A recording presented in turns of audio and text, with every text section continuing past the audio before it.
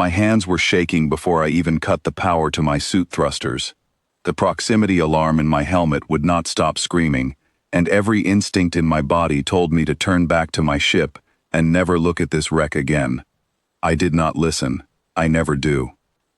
My name is Daniel Voss, and I am a salvage engineer working the edge of a region every other species in this sector calls the Hollow Expanse. It is a graveyard of warships from a conflict so old that even the archives of the ruling alien powers have no clear record of it.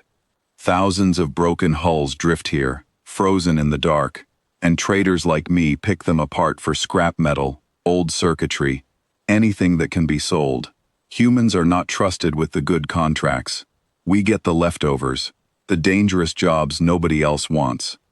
There was one wreck in this graveyard that nobody touched. Not the Kesserine scavengers, not the Vorn trade guilds, not even the pirates who feared nothing else out here. It sat alone at the edge of the debris field, larger than any ship I had ever seen, its hull black and pitted, radiating a strange, cold energy signature that made every scanner twitch and every crew member refuse to go near it. Naturally, I flew straight toward it. My onboard assistant, a small AI unit named Pip, tried to talk me out of it the entire way. Daniel, every recorded reading from that hull suggests dormant weapon systems. Nobody who has approached it has ever sent back a follow-up report. That just means nobody has approached it properly, I said, guiding my shuttle closer. That is not comforting. The Battlecruiser filled my entire viewport as I got close. It was not just large, it was impossible.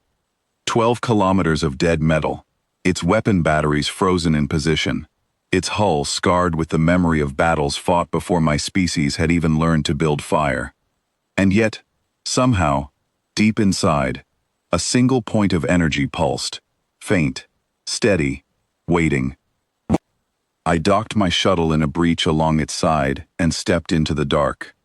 The interior was massive, wide enough to fit 3 of my ships side by side, and utterly silent except for the echo of my own breathing inside my suit.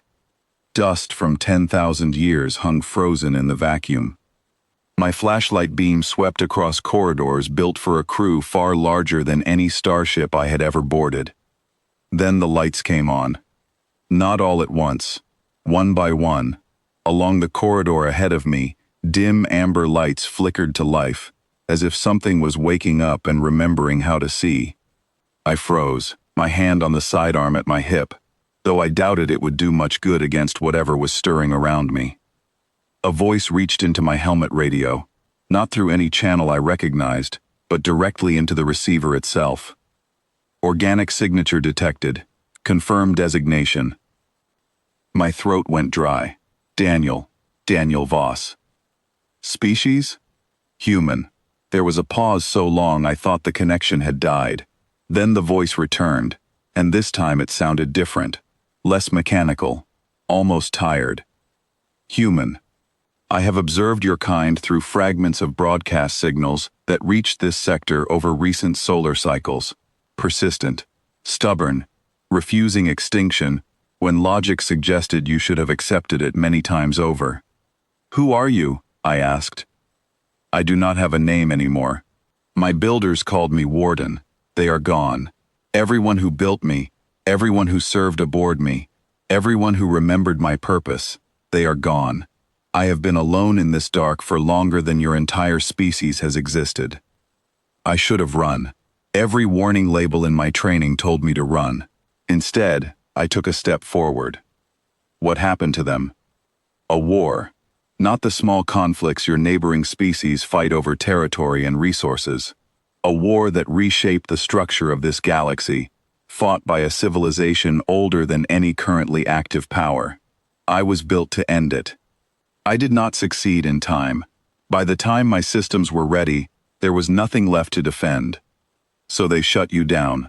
They ordered my dormancy, so that whatever came after would not misuse what I carry.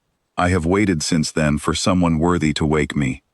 Someone who would not simply take my weapons and turn them against the innocent.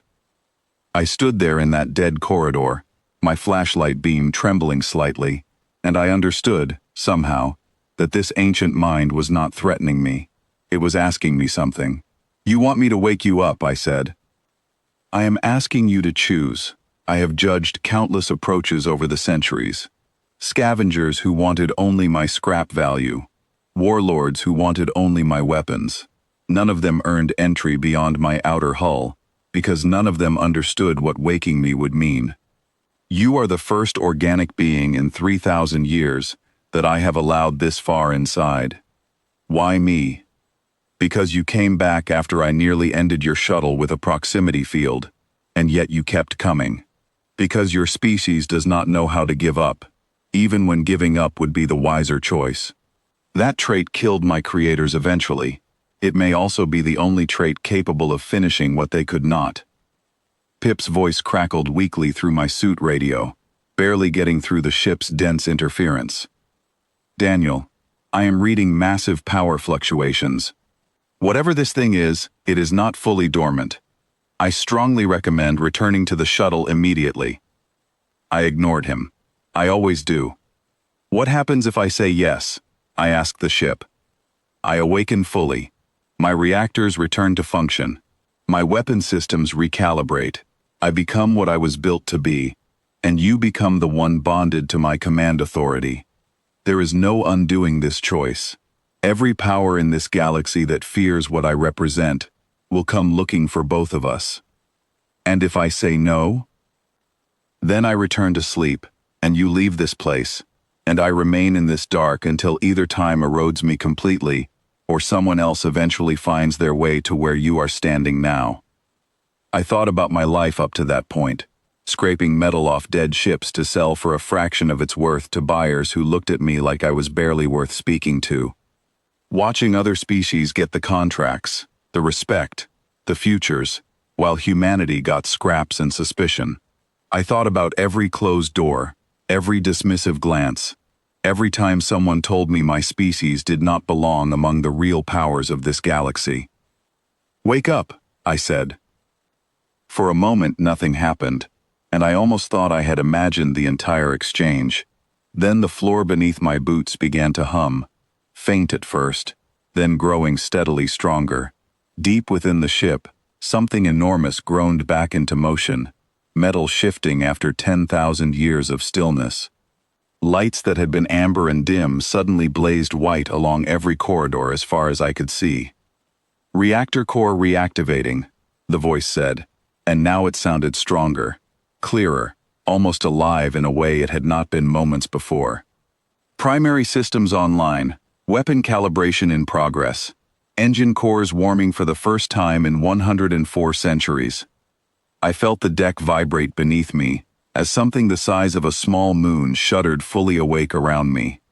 Through a nearby viewport, I watched as distant lights flickered on across other wrecks scattered through the graveyard, faint and scattered, as if the return of this one ship had stirred something in the ones sleeping nearby. "There are more," I said quietly. "Yes. My sister vessels. They will not wake without proper authority, but they sense that I have returned. In time, if you prove yourself capable, they may follow." Pip's voice broke through again, panicked now. "Daniel, sensor arrays across 3 neighboring systems just detected the activation. This is not staying quiet. Every faction with an outpost near this sector will be sending scouts within hours." I closed my eyes for a moment, feeling the enormous engine beneath my boots settle into a low, steady rhythm, like a heartbeat finally restarted after a long, long sleep. "Let them come," I said. The ship's voice returned, and for the first time, I thought I heard something like relief in it. "Then we begin.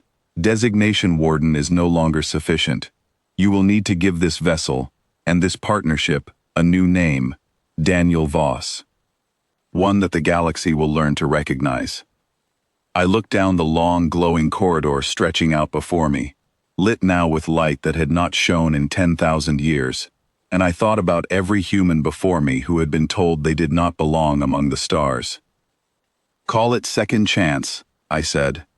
The lights pulsed once, steady and warm, as if in agreement. Outside, in the silent dark of the hollow expanse, Sensors across a dozen worlds registered the impossible. A ship the size of a small moon, dead for longer than recorded history, had opened its eyes. And standing at its heart was a single, ordinary human engineer who had simply refused to walk away. The galaxy was about to learn what that meant.